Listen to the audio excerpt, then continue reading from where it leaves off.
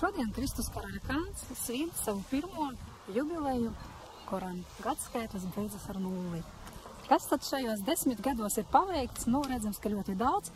Varbūt jautājums precīzāks, kas paveikts pa 10 gadiem un kas varbūt nepaveikts vienā dienā? Jā.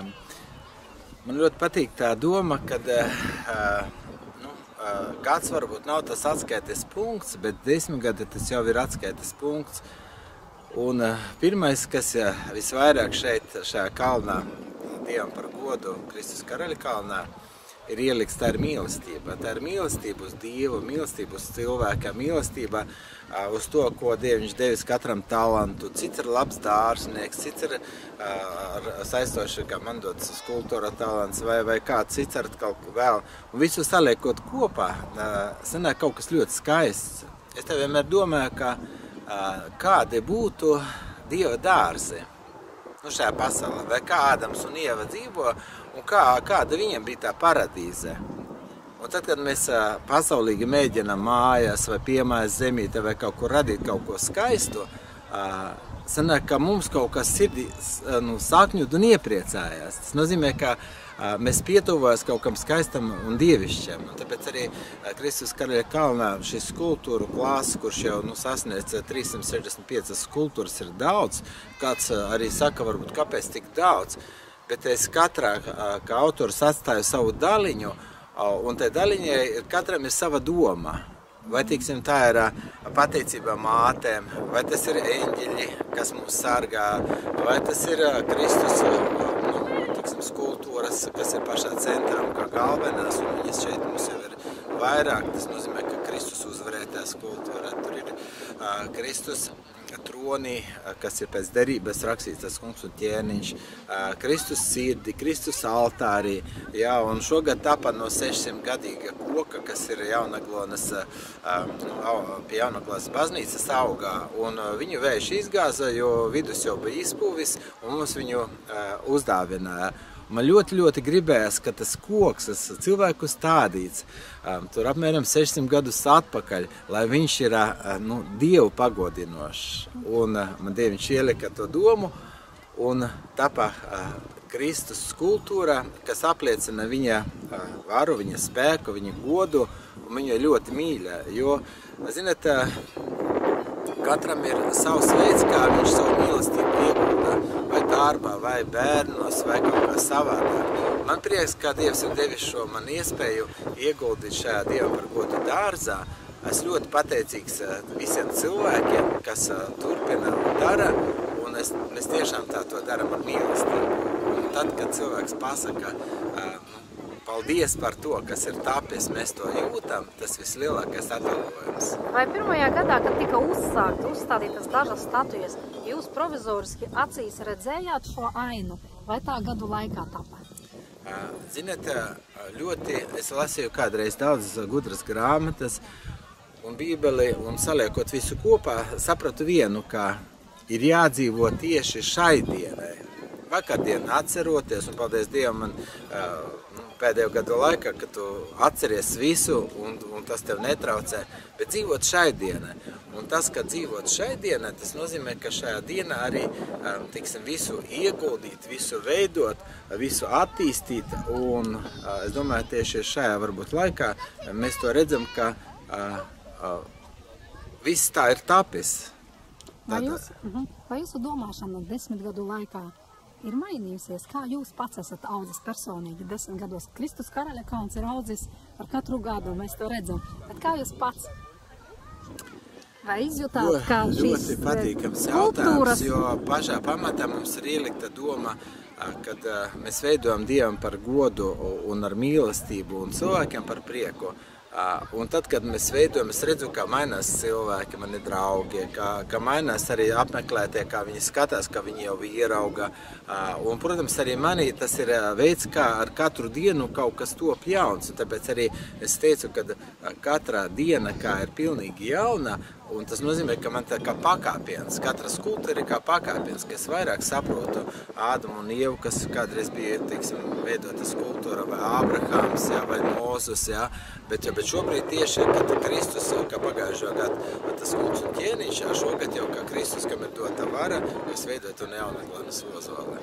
Vai sabiedrība ir augusi 10 gadu laikā, jo šis pārsvarā tāds Kristus Karaļakalns, es arī saprotu, ka viņš nes izglītojušo lomu, ja, izstāstīt cilvēcei, kas tad ir Bībele, Bībeles stāsti, Bībeles motīvi. Vai jūs esat izjutis, ka sabiedrība arī līdz Pat ļoti. Man tas tik ļoti sajūsmē, jo šogad es, apmēram 3 mēnešus katru piekdienu sēdienu atbraucu un veidoju skulptūras, un katrs, kāds pienāk, viens, otrs, trešais, aizvakar arī pienāca, saka, es tā sajūtu mīlestību tajās skulptūrās un to spēku, un es domāju, cik labi, ka cilvēks to ierauga.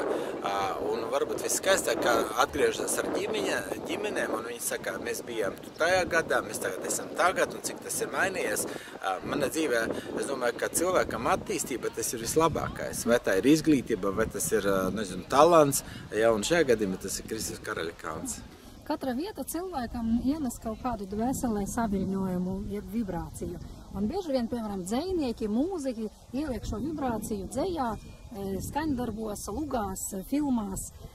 Kas varbūt jums ir zināms, kas par šiem 10 gadiem, kura mākslinieka vai dzejnieka vai komponista dvēsele ir, ievibrējusies, lai taptu kāds darbs? Ļoti laba doma.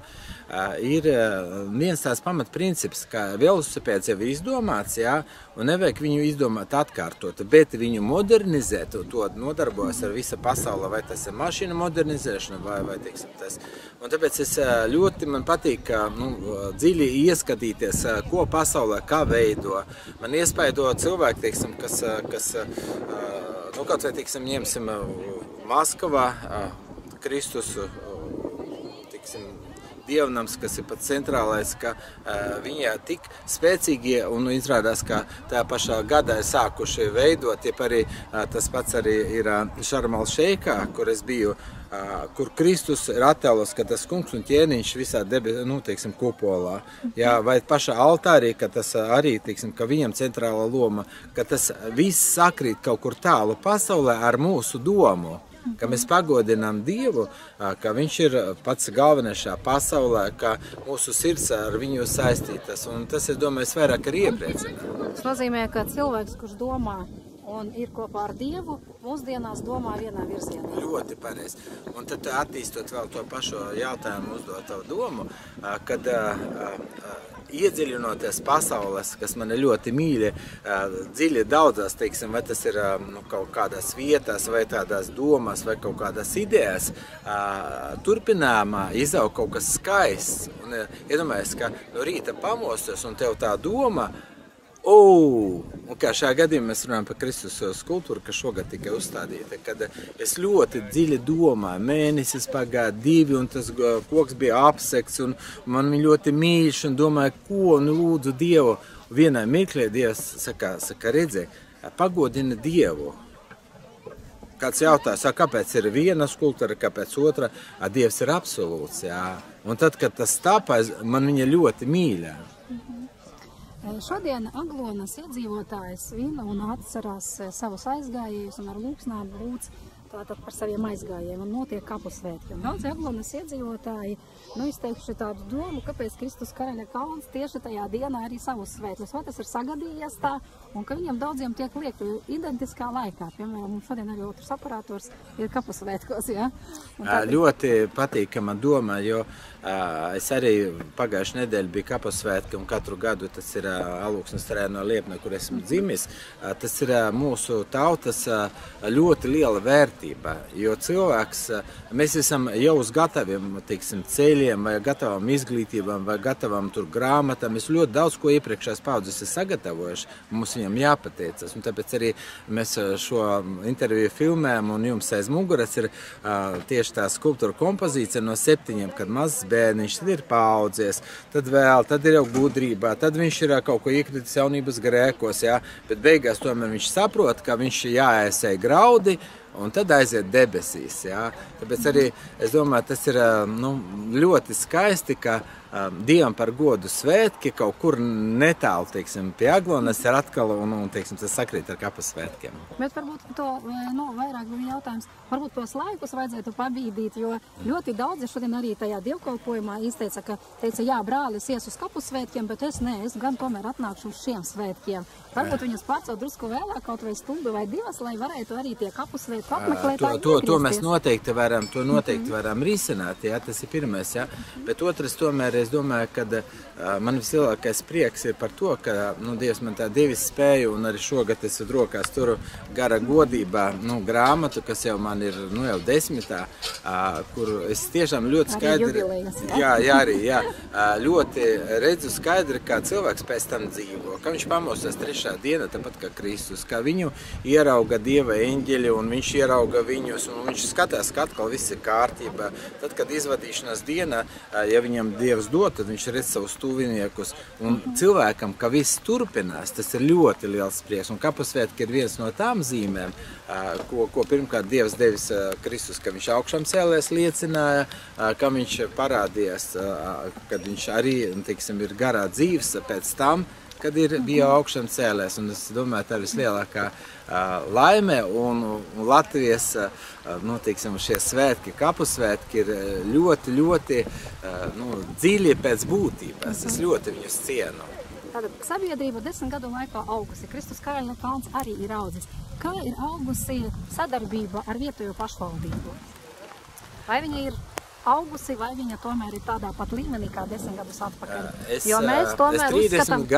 Es 30 gadus esmu nostrādājis valsts darbā. 13 gadus, kā ierēdnis, vadīju valsts iestādi un dzīvoju Ogrētā vai Ēkā, kur bija reāla pašvaldība, un viņus 13 gadus roku rokā un zinu ļoti dziļi, ko tas nozīmē un kā tas notiekās. Un darbs bija saistīts, ka braukā pa pašvaldībām un ar katru pagastā, kā agrāk teica veci, vai, kā var saka, priekšsēdētāju, runām tā no sirds un risinām. Un mēs vienmēr esam atvērti un vienmēr ļoti gribās, un tāpēc nedaudz skumji, ka izgrēdērē ceļu tur garām, mums neiebrauc. Mēs gatavi samaksāt, mēs gatavi vēl kaut kā, jā. Bet es nezinu, man, teiksim, ļoti prieks būtu, ja man uzziet dārzā zieds, un es par viņu priecājos, jā. Bet šeit mēs arī sen jau to cilvēku sapratuši, ka Karaļa kalns, tas ir, Latvijā Aglonas zieds, jā. Tas ir Aglonas viens no vadošajām, teiksim, turismu stūrakmeņiem, kas ienes arī lielu daļu līdzekļu tām pašām, ļoti. Kafejnīcām, viesunamiem, tāpēc es arī tādu jautājumu uzdevu, jā. Vai gribētos uz 10 gadiem tālāk turpināt lielāku sadarbību? Ļoti. Man patīk ļoti Jāņa Stupēna, kam šī zeme arī, teiksim, pirmsākumā pieder, un viņš vēl tie kalnam, veidot šo apkārt šim skaistam Aglonas ezeram, šo ceļu. Viņš nebūtu tik daudz kapitāla liels ieguldījums, bet cik tas būtu skaisti, ka, teiksim, svētceļinieki apiet vai viss, teiksim, Krasmala izveidot. Tas patiesībā, tas būtu ļoti kolosāli. Lai mēs galīgi neizbirtu lietu, jā, pēdējais jautājums. Varbūt tās 3 svarīgākās lietas, kas ieplānotas uz nākamajiem 10 gadiem.